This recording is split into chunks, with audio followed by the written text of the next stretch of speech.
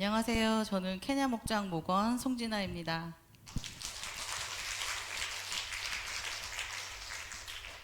저는 안산 만나교회에 등록을 하고 신앙생활을 시작한 지 11년이 되었습니다.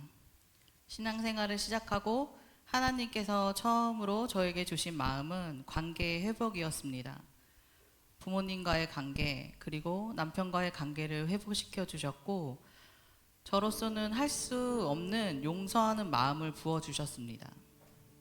많은 것이 회복되었고 치유되었다고 생각하고 살았지만, 어릴 적부터 저를 힘들게 했던 근본적인 문제들은 내면 속 그대로 남아 있었고, 그것들이 매해 가을만 되면 고질병처럼 어김없이 찾아와서 저를 두렵게 만들었습니다.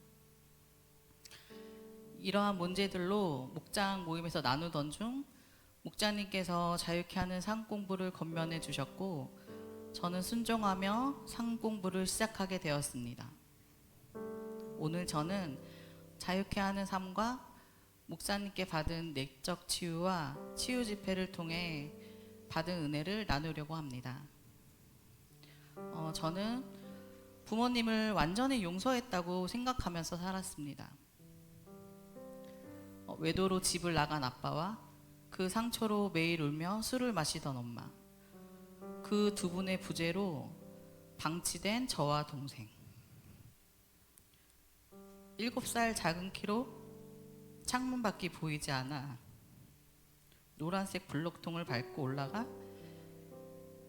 매일 밤 애타게 엄마를 찾았던 그때의 두려움과 불안함, 외로움이 그 원인이었고, 그 감정들은 성인이 될 때까지 이어져 왔습니다.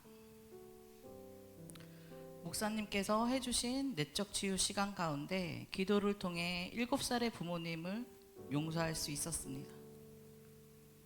두려움 다음은 분노였습니다.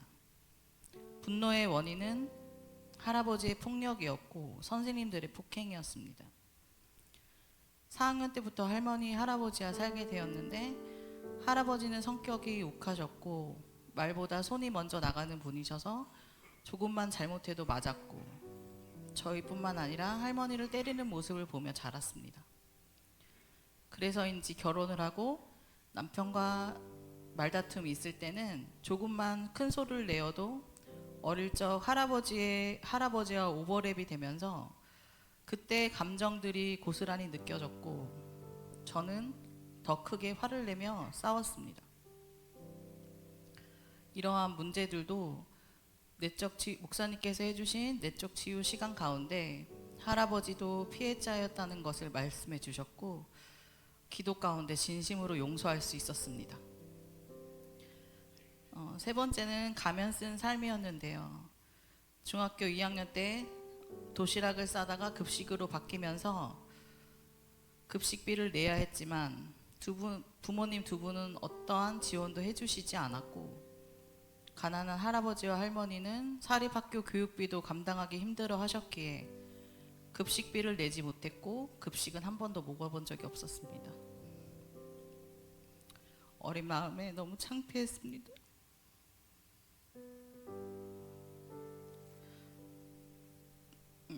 배고프지 않은 척, 먹고 싶지 않은 척 하며 지내왔고, 자존감은 낮고 자존심만 센 사람으로 자랐습니다. 괜찮은 척, 행복한 척, 아무렇지 않은 척하며 살아왔습니다. 치유를 받다 보니 알게 되었습니다. 저는 지금까지의 상황들을 직면할 힘조차 없어서 그 가면 뒤에 숨어 나를 보호하며 견뎌왔다는 것을 알게 되었고, 그게 어린 나이에 할 수 있는 최선의 선택이었다는 것을 알았습니다.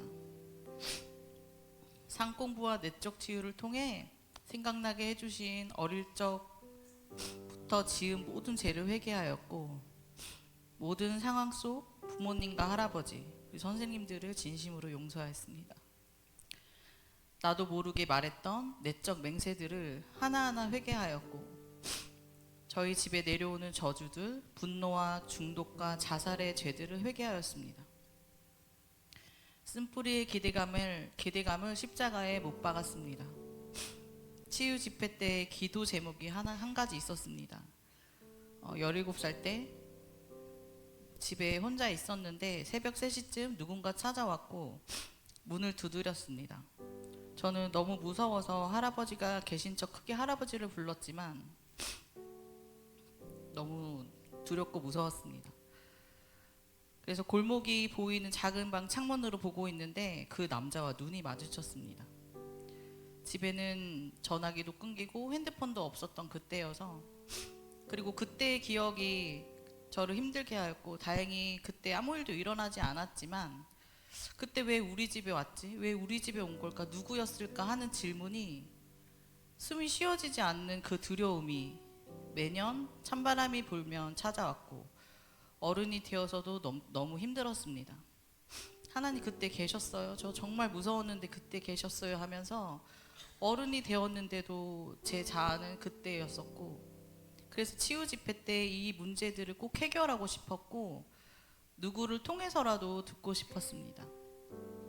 울고 웃으며 집회를 참석하였고, 사실 제 기도 제목도 잊었는데 3일째 하나님께서 저에게 주시는 말씀이나 단어, 마음을 기도하라고 하셔서 눈을 감고 어떤 마음을 주시려나 집중하는데, 이사야서 41장 10절의 말씀을 주시며, 내가 너와 함께 있으니 두려워하지 말아라. 내가 너의 하나님이니 떨지 말아라. 내가 너를 강하게 하겠다. 내가 너를 도와주고 내 승리의 오른팔로 너를 붙들어 주겠다라고 정확하게 말씀해 주셨습니다. 눈물이 났습니다. 혼자라고 생각했던 7살 때에도, 너무나 두려웠던 17살 때에도, 하나님을 떠나 있던 20대 때에도, 그리고 안산 만나러 인도를 받았던 29살 때에도, 그리고 40살인 지금까지도 하나님은 나와 함께 계셨구나 느껴졌습니다. 왜 나는 이렇게 힘들게 살았을까 원망한 적도 많았습니다. 내 어린아이가 화장실에서 그 외로움을 이겨내려 울며 찬양하고 있을 때에 그 눈물을 주님은 함께 울며 보고 계셨구나 하고 사랑이 느껴졌습니다. 목사님께서 두려움과 분노와 가면 쓴 삶의 악한 영을 쫓아주셨고, 그동안 나를 묶고 있던 수많은 족쇄들이 하나하나 풀리는 것 같은 자유함을 경험했습니다. 마지막 질문에 어떠한 삶을 살고 싶은지 물어보셨고, 하나님께서 주신 마음은 위로자였습니다. 이혼 가정의 아픔과 외로움, 가난의 상처와 자괴감, 폭행 당할 때의 두려움과 슬픔들을 내가 잘 알고 있었고, 나와 같은 상처 속에 있는 사람들을 위로해 줄 수 있다는 마음을 주셨습니다. 내 아픔들을 치유하시고 고치셔서 나와 같은 영혼들을 향해 더욱 사랑으로 다가갈 수 있는 도구가 되게 하셨습니다. 하나님의 사랑은 완전하십니다. 이 자리에서 저는 그동안 눌려왔던 내 모든 상처들과 아픔들로부터 자유해졌음을 선포합니다. 누군가에게 자신의 상처를 말한다는 건 쉽지 않은 일입니다. 하지만 내가 가지고 있으면 그 상처들이 곪고 곪아 결국은 터져버려 삶 자체가 무너져 버리지만, 내 아픔보다 하나님의 더 그 사랑이 큰 걸 알기에 하나님께 내어드리는 순간 더 이상의 창피함이나 상처가 아닌 그 모든 어려움들로부터 완전히 자유로워졌음을 느끼게 될 것입니다.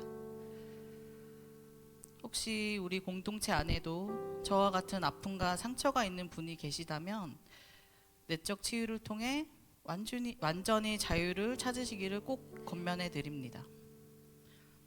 저는 아직도 남편의 핍박 속에 신앙생활을 하고 있지만 하나님의 방법대로 남편을 변화시켜 주셔서 축복의 통로인 목자 목녀의 삶을 살 수 있을 거라는 창조적 기대감을 가지고 믿고 기도합니다. 사실 2023년에 신년에 저에게 주셨던 말씀이 신명기 6장 5절에 마음을 다하고 뜻을 다하고 힘을 다하여 당신의 하나님을 사랑하십시오라는 말씀을 주셨습니다. 근데 1년을 돌이켜보니 제가 12월에 하나님을 사랑하는 마음으로 간증 자리에 서게 된 것을 너무나 감사드립니다. 그리고 언제나 열심으로 가르쳐 주시고 기도해 주시고 인도해 주시는 담임 목사님 그리고 하나님께 감사드립니다. 지금까지 제 간증을 들어주셔서 감사합니다. 하늘 복 많이 받으세요.